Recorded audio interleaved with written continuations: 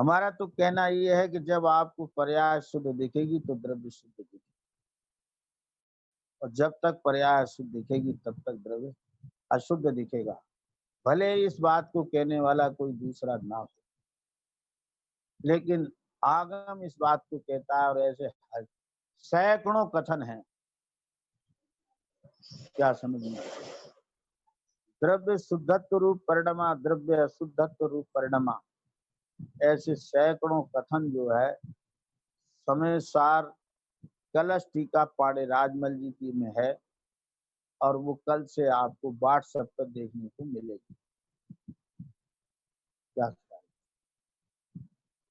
तो पांडे राजमल जी ने कितनी बार इस बात को दोहराया है।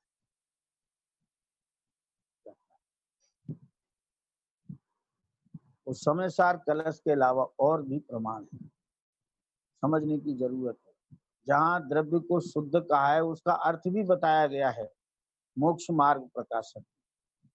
क्या जो लोग कहते हैं कि द्रव्य शुद्ध लिखा है शास्त्र में, संसारी का द्रव्य भी शुद्ध लिखा है, तो वो शुद्ध कैसे है? तो वो दो प्रकार से शुद्ध बना है द्रव्य, जो टोडरमल जी ने भी लिखा है मोक्ष मार्ग प्रकाशन। क्या लिखा है कि द्रव्य पर द्रव्य से भिन्न पना और अपने भावों से अभिन्न पना, इस दृष्टि से द्रव्य शुद्ध है। दूसरी और एक अपेक्षा है कि जिस दृष्टि से भी द्रव्य शुद्ध है, वो अपेक्षा क्या है कि द्रव्य का जो स्वभाव है, ज्ञान स्वभाव है, वह शुद्ध है। उस दृष्टि से देखते हैं तो द्रव्य शुद्ध है, हम भी मानते हैं द्रव्य शुद्ध है। लेकिन इन दो अपेक्षाओं से ही द्रव्य की शुद्धता कही है। क्या समझ? अब जरा इन पर विचार करते हैं। जैसे जो है घी शुद्ध है, बाजार में जाकर खरीदते हैं और कहते हैं हमें शुद्ध घी चाहिए, तो वहां शुद्ध घी का अर्थ क्या है?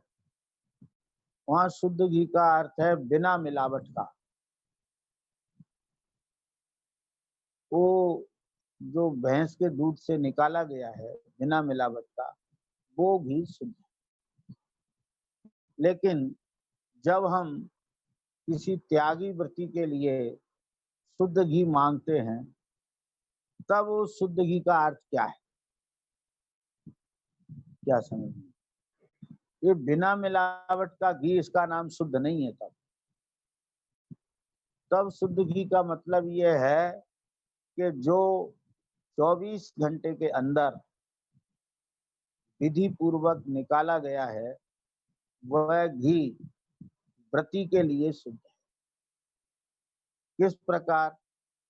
तो दूध को अंतर मुहूर्त में ही पका लेना चाहिए, गर्म करके खौला लेना चाहिए, और फिर उस दूध को जमा दें बिना लघार के, और फिर उस दूध के दही बन जाएगा, और दही को बिलोकर जो लौनी निकलती है, उस लौनी को अंतर मुहूर्त के भीतर ही उसको पकाकर और उसका पानी जला दें, और वो घी निकल आएगा।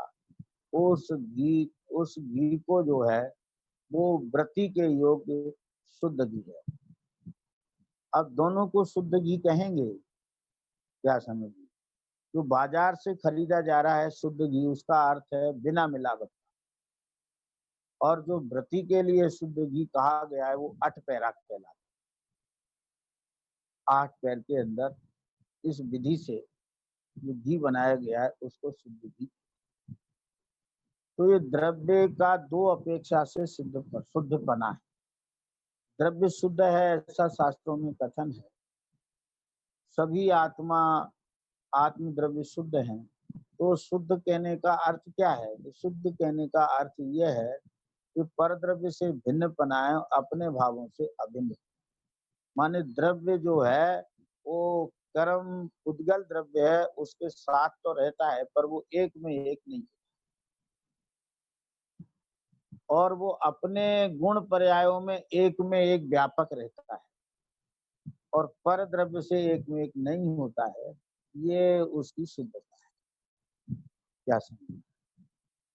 अब जो दूसरी शुद्धता बताई वो क्या है? कि दूसरी शुद्धता है ज्ञान स्वभाव। जो अपना ज्ञान स्वभाव है उसमें नो कर्म नहीं, द्रव्य कर्म नहीं, भाव कर्म नहीं। उसमें प्रमत्त अप्रमत्त रूप शुभ भाव नहीं, शुभाशुभ भाव नहीं। उसमें ज्ञेयाकृति है, ज्ञेयकृत अशुद्धता नहीं। इस प्रकार वह ज्ञान जो व्यक्त है वो केवल ज्ञान है, शुद्ध है, शुद्धोपयोग है। और उस दृष्टि से द्रव्य को देखते हैं तो द्रव्य शुद्ध। तो इस प्रकार द्रव्य को शुद्ध देखना भी इष्ट है। क्या समझ? लेकिन इस रीति से शुद्ध देखना कि पर्याय अशुद्ध है और द्रव्य शुद्ध है, ये तो अटपटी बात है। क्या समझना? अटपटी बात है। ये बात बराबर नहीं बैठती है और बराबर बिठालनी भी नहीं चाहिए। क्या समझ? हमारी बात आपको अन्य सबसे अलग लगती होगी, लेकिन भले अन्य सबसे अलग है लेकिन आगम के अनुसार। आप आगम का अभ्यास करके देखें, पकड़ कर देखें। हम जो बात कह रहे हैं उस सबका प्रमाण हमारे पास है। हम कोई बात ऐसी नहीं कहते और आपको दिखाते भी है प्रमाण। और आप देखिए तो आपके निर्णय में भी दृढ़ता आएगी। देखो, बाजार में दुकानदार कई प्रकार के होते हैं। क्या समझना? जो व्यक्ति नकली माल बेचता है वो ग्राहक को विश्वास दिलाता है कि आप विश्वास रखो, आपके साथ धोखा नहीं होगा, आपकी बात, आपको सही माल मिलेगा। और जो व्यक्ति असली माल बेचता है उसके रेट मार्केट्स में, उसके रेट भी उसके महंगे होते हैं और वो विश्वास नहीं दिलाता, वो परीक्षा कराता है। क्या समझना? जरा इस बात को अच्छी तरह समझ लेना, बहुत गहराई से समझना। क्या? नकली माल देने वाला विश्वास दिलाता है आपको कि आप उस पर विश्वास करें, और जो असली माल बेचने वाला है वो विश्वास नहीं दिलाता, परीक्षा कराता है कि आप हमारे माल को परख के देखिए। और उसकी वो परीक्षा भी बताता है कि देखो असली माल की ये पहचान और नकली की ये पहचान। लेकिन नकली बेचने वाला कभी पहचान नहीं है। असली माल बेचने वाले से कहा कि हमने तुम्हारे रेट ज्यादा क्यों हैं, तो वो ये कहता है कि आप एक बार मेरी चीज की परीक्षा करें। तुम नहीं करना जानते तो हम आपको परीक्षा कराते। क्या समझे? जैसे एक बार की घटना थी, हम आगरे से 60 का कट्टा के रेट पूछ रहे थे, तो एक व्यक्ति ने उस कट्टे के रेट बताए 1500 और दूसरे ने बताए 1400। हमने दोनों के सामने एक दूसरे की बात को रखा। क्या? जो 1400 का बता रहा था उससे कहा कि दूसरा आदमी 1500 की दे रहा है, आप सस्ती क्यों दे रहे हो? तो वो क्या कहता है, उनका पेट बड़ा है, हम थोड़ी मुनाफा खाने वाले हैं, हमको 25 रुपए मिल रहे हैं बहुत है, इसलिए हम 1400 की। उनको 125 रुपए कमाना है, इसलिए वो 1500 दे। हमने की माल कि आप बेफिक्र होकर ले जाइए, आपके साथ धोखा नहीं होगा, माल बढ़ जाए। अब जब हमने 1500 वाले के पास गए और उससे कहा कि हमें 1400 का मिल रहा है, तुम 1500 का क्यों दे रहे हो, तुम इतना महंगा क्यों दे रहे हो? तो वो क्या कहता है तो वो ये कहता है कि 1400 रुपए में असली माल दे ही नहीं सकता है। तो मैंने कहा कि वो तो दे रहा है, तो दे रहा है तो उसमें मिलावट है। तो मैंने कहा कि आप दूसरे के माल को खराब बता रहे हो, तुम अपने माल की बात करो ना, दूसरे के माल को क्यों खराब बता रहे हो? तो उसने कहा कि 1400 रुपए में कोई असली प्योर साटवी दे नहीं सकता। हम गारंटी से कह रहे हैं, और अगर आप नहीं मानते हो तो उसमें से सैंपल निकाल के ले आओ, हम आपको दिखाएंगे कि इसमें मिलावट है। तो हम उसका सैंपल निकाल के ले गए इसको, उससे कहा दिखाओ इसमें कहाँ मिलावट। तो उसने एक गिलास में 2 गिलासों में पानी भर के रखा और दोनों में बराबर साटरी डाल दी और दोनों में सोडा डाल दिया, सोडा डाल दिया दोनों में। अब थोड़ी देर में क्या हुआ कि जो 1500 रुपए का दे रहा था, उसकी पूरी साटरी पानी में घुल गई, और जो 1400 रुपए का दे रहा था, उसमें जो है करीब 15-20% फिटकरी के दाने रह गए और साटरी घुल गई।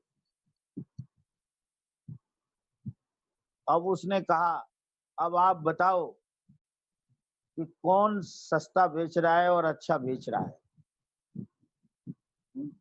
वो तो कह रहा है कि मेरा पेट छोटा है, मैं 25 रुपए कमाता, लेकिन वो 25 नहीं कमा रहा, तुमसे 100 रुपए कमा रहा है 1400 रुपए में, और हम 1500 में 50 कमा रहे हैं, और वो 100 कमा रहा है और माल आपको 1200 रुपए का मिल रहा है। इतनी इसमें मिलावट है। क्या था? तो जो असली माल बेचने वाला है वो अपने माल की परीक्षा कराता है और दूसरे के माल की भी परीक्षा कराता है। तो जब परीक्षा कराएगा तो दूध का दूध और पानी का पानी, ये परीक्षा करने का मतलब है। और जो नकली माल बेचने वाला विश्वास दिलाता है। क्या समझिए? इसलिए सावधान हो जाना चाहिए हमें कि विश्वास दिलाने वाले से हम विश्वास में न फंसें। हम परीक्षा करें तत्व की, और परीक्षा करके फिर ग्रहण करें, तो अवश्य ही आपका श्रद्धा निर्मल और दृढ़ होगा। और यदि आपने परीक्षा नहीं की और आज्ञा से और व्यक्ति विशेष में श्रद्धा रखकर यदि वस्तु स्वरूप को समझने की कोशिश की, तो आप सत्य को समझ नहीं पाएंगे। असत्य के भ्रम में, सत्य के भ्रम में असत्य को ग्रहण कर लेंगे। इसलिए जो परीक्षा कराता है, प्रमाण देता है, और वो खुद देखिए आप, गाथा में देखो, टीका में देखो, और फिर प्रश्न करो, और सामने वाले से भी प्रश्न करो, और हमसे भी प्रश्न करो, उसकी भी सुनो, हमारी भी सुनो। जो विरोधी बात कहता हो एक दूसरे की, उनकी जरूर सुनना चाहिए। क्या समझे?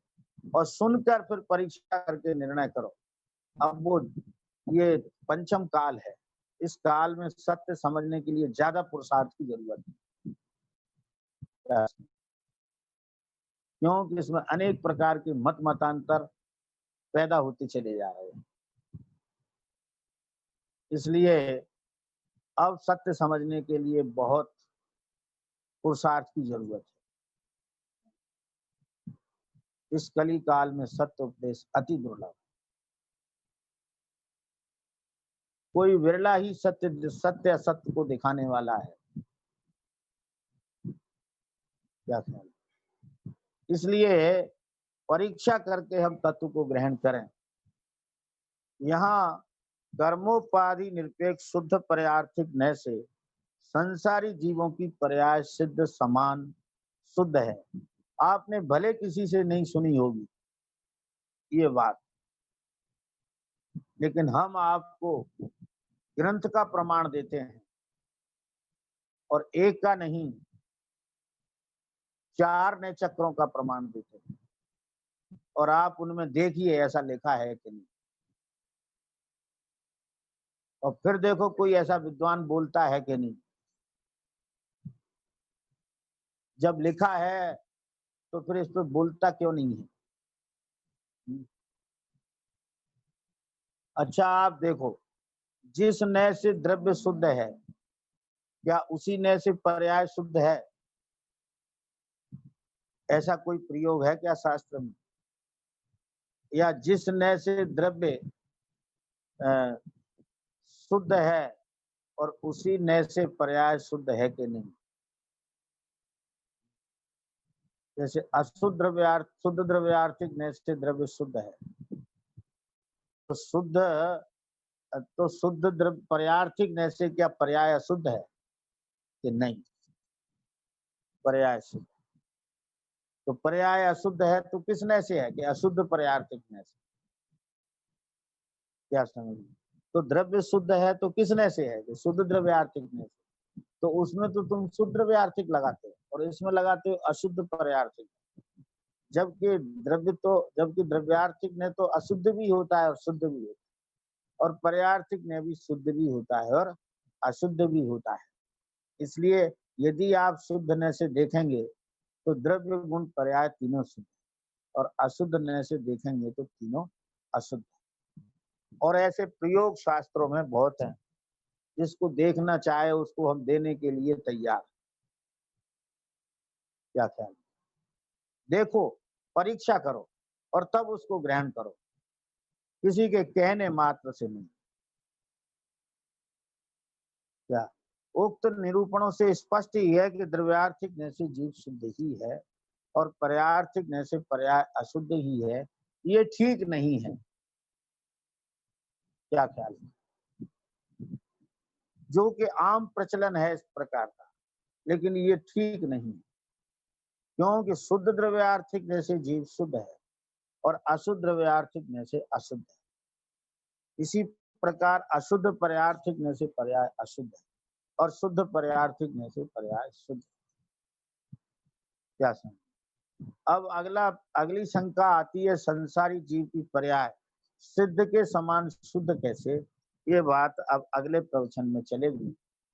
यहाँ सभी संसारी जीवों की पर्याय शुद्ध है, सिद्ध समान शुद्ध है।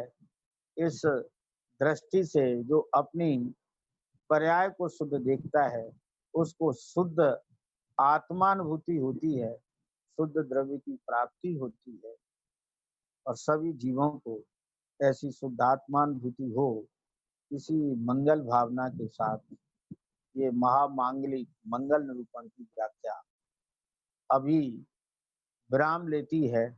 शेष व्याख्या अगले प्रवचन में आएगी।